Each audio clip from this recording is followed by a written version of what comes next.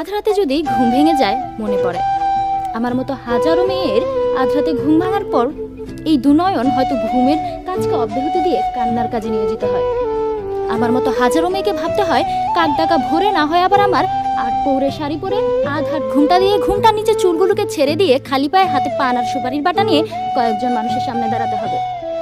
রূপে লক্ষ্মী গুণে সরস্বতী মেয়ে চাই, চুলগুলো লম্বা হতে হবে যেন সে চুলে পুরুষের সৌন্দর্যের সুপ্ত আকাঙ্ক্ষা মিটে যায় এবং প্রয়োজন হলে সে লম্বা চুলকেই মুষ্টিবদ্ধ করে ধরা যায়। আমাদের সমাজে এমন চিত্র অহরহ। সকালবেলা যখন আমার বইয়ের ব্যাগটি কাঁধে নিয়ে আমি বাসা থেকে বের হই, আমার বইয়ের ওজন কতটা সেটা আন্দাজ করতে না পারলেও আমার উপর চাপিয়ে দাও আমার পুরো পরিবারের সম্মানের ভার কতটা এটা আমাকে অবশ্যই ভাবতে হয়। বাসা থেকে বের হওয়ার আগেই আমাকে বলে দেওয়া হয় বাড়ির মেয়ে বাড়ির সম্মান রক্ষা করে রাস্তাঘাটে চলাফেরা করবে। সারাদিন আমি আমার বাড়ির সম্মানকে রক্ষা করে রাস্তাঘাটে চলি। সেই রাস্তাঘাটে চলার সময় রিক্সাওয়ালাকে ভাড়া দিতে গেলে সেই রিক্সাওয়ালা পর্যন্ত আমার হাত ধরার সুযোগ ছাড়ে না। বাসে অবাঞ্ছিত ধাক্কা তো আছেই, এমন সারাদিনে কত চোখ রাঙানো আর কত আর চোখে তাকানো। কিন্তু আমাকে আমার পরিবারের সম্মান রক্ষা করতে হবে। যখন আমার সম্মানহানি হচ্ছে সেটি আমি কাকে বলবো? পরিবারকে, অভিভাবককে, সমাজকে? সমাজ আর সামাজিকতার মাঝে বন্দি বেনা দোষে দোষী নারী। লজ্জাকে দিয়েছে জলাঞ্জলি, পেরিয়ে ধর্মের গণ্ডি। কি লাভ তাতে অতি? থাকো না পর্দায়, দেখি কে গায়ে হাত দেয়। পাশের বাড়ির হুজুর এসে যখন আমার মাকে বলে মেয়ে মানুষের এত পড়াশোনার প্রয়োজন নেই, নামাজ পড়ছে, কোরআন শরীফ পড়ছে, এই যা ধর্মকর্ম করবে তাতেই তো চলবে, এতে আমি মোটেও অবাক হই না।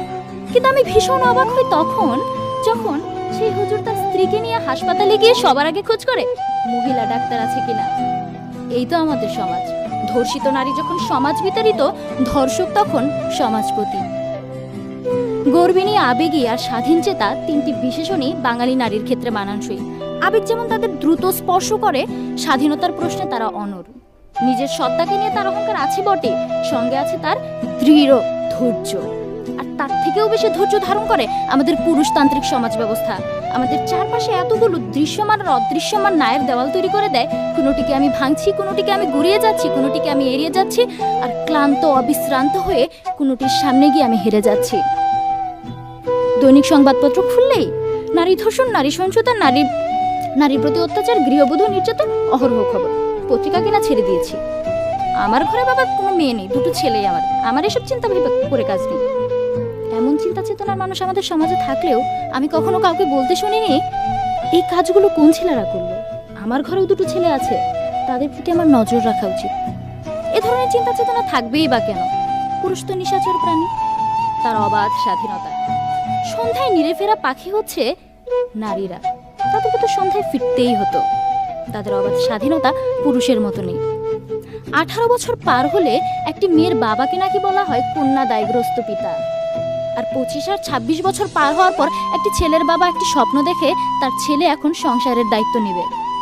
আমার ভাই যখন পরীক্ষা দেয়, একটি ভালো রেজাল্টের আশা করে, একটি ভালো ভবিষ্যতের স্বপ্ন দেখে সে একটি চাকরি করবে, ঠিক তখন আমিও পরীক্ষা দিই একটি ভালো রেজাল্টের আশায়, একটি ভালো সুন্দর স্বপ্ন আমার ভবিষ্যৎ নিয়ে। কিন্তু আমার ভবিষ্যৎটা হয়ে দাঁড়ায় এমন, রেজাল্ট ভালো হলে পরবর্তী পড়াশোনাটা হবে, না হয়তো তোমার বিয়ের ব্যবস্থা করব।